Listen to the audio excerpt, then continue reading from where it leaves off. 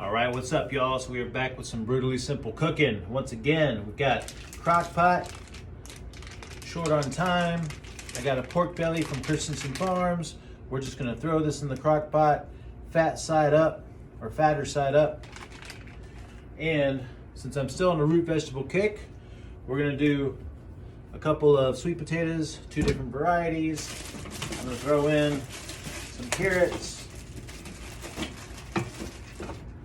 I love cooked carrots, all right? We're putting these around the edges so that that pork belly has a chance to breathe a little bit.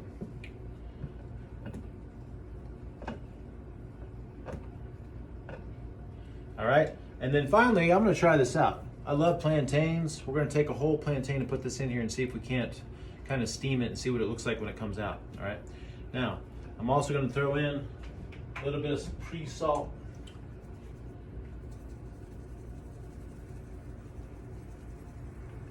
And a little bit of pepper.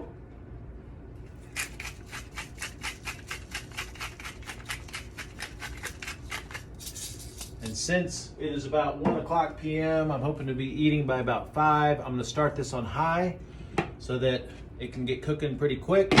And I'm just looking for the top of that pork belly to look kind of brown. All right, that's how we kind of know it's done. Usually that's gonna be on high at about maybe 4 hours. And if I need to cut it down a little bit, then we can do that. All right, so here we are. It's been about 3.5 hours, and we are gonna unveil this stuff. First thing we've got is the plantain. Look at that, it's split open and it's cooked inside. I can't wait to try that. We'll see what that's like. Of course, the carrots are nice and beautiful and soft. All right, potatoes are basically just fall apart, which in my opinion is great. We're gonna let them cool. And yes, it is hot. Got the pork belly in there. We're just gonna pull that out and put it on a separate plate. All right, so it's falling apart and it looks really good. So we're gonna season it just a little bit more.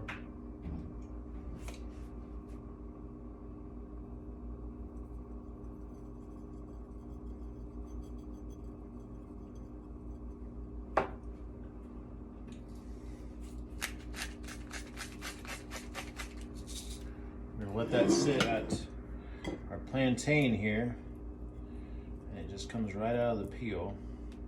I think what I'm going to do is slice it, and slice it down the middle.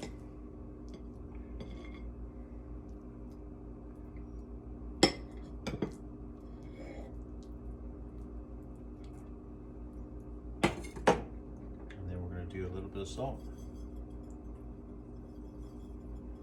Sweet potatoes I will put in the fridge and I will keep for a little bit later. Tonight I will cut off about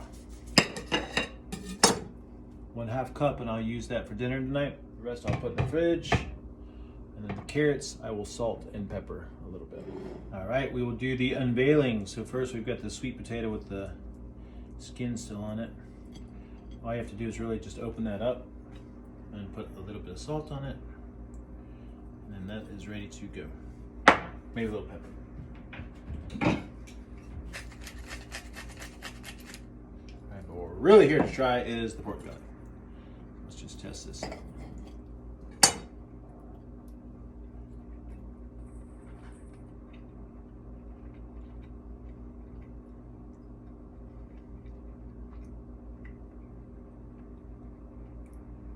The best.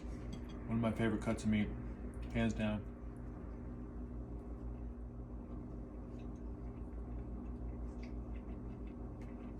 All right, we got the sweet potato, a little bit of salt and pepper. Beautiful, amazing. Of course, the carrots are always great, right? We got the plantains with a little bit of salt. Never done this before. We'll see what these are like.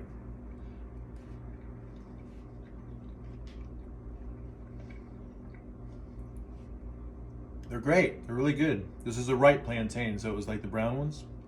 So slightly sweet. You could even take these and mash it up and cook it in some butter, but that's really good. All right, so what are our big takeaways from this experience here? We have a consistent theme with all this stuff, and it's brutally simple, right? But I mean, look at this. I mean, I just have a beautiful dinner sitting here waiting on me. No prep time. I threw it in the crock pot, literally threw it in the crock pot. No preparation whatsoever, some salt and pepper. I could have done that afterwards, but anyway, set it and forget it. And now I have all this food that's amazing and ready. It's almost as if you start with real food, you almost can't go wrong using a little bit of common sense. I mean, obviously you wouldn't want to layer some stuff that would leak onto something else that had a weird taste and didn't go well or something like this. But something like this, like perfectly appropriate. I mean, I'm just blown away at the plantains. I could throw a whole freaking plantain in there and it cooks, and then I take it out of the peel and put some salt on it, and it's just so amazing. But anyway, if you start with real food, you almost can't go wrong. Like, you really can't, right? Use a little bit of common sense as far as mixing and matching the things that might taste well together. But you can always experiment, and it's almost impossible to go wrong. You don't need much seasoning, salt and pepper. In most cases, cooking things in butter. You know, what I'm gonna do, I'm not gonna eat all this tonight, so tomorrow night as leftovers, I'll reheat the pork belly in a skillet with some butter. I'll put some sweet potatoes in there and mash it up in some butter and put a little bit of salt and pepper. And then the carrots I'll probably just maybe put on the side and let them reheat or eat them cold or something like that. But it really just doesn't take a lot, man. This is so simple and so easy. Anyone can do it, literally, all right? All right, so pro tip. If you start with real food, you almost can't go wrong.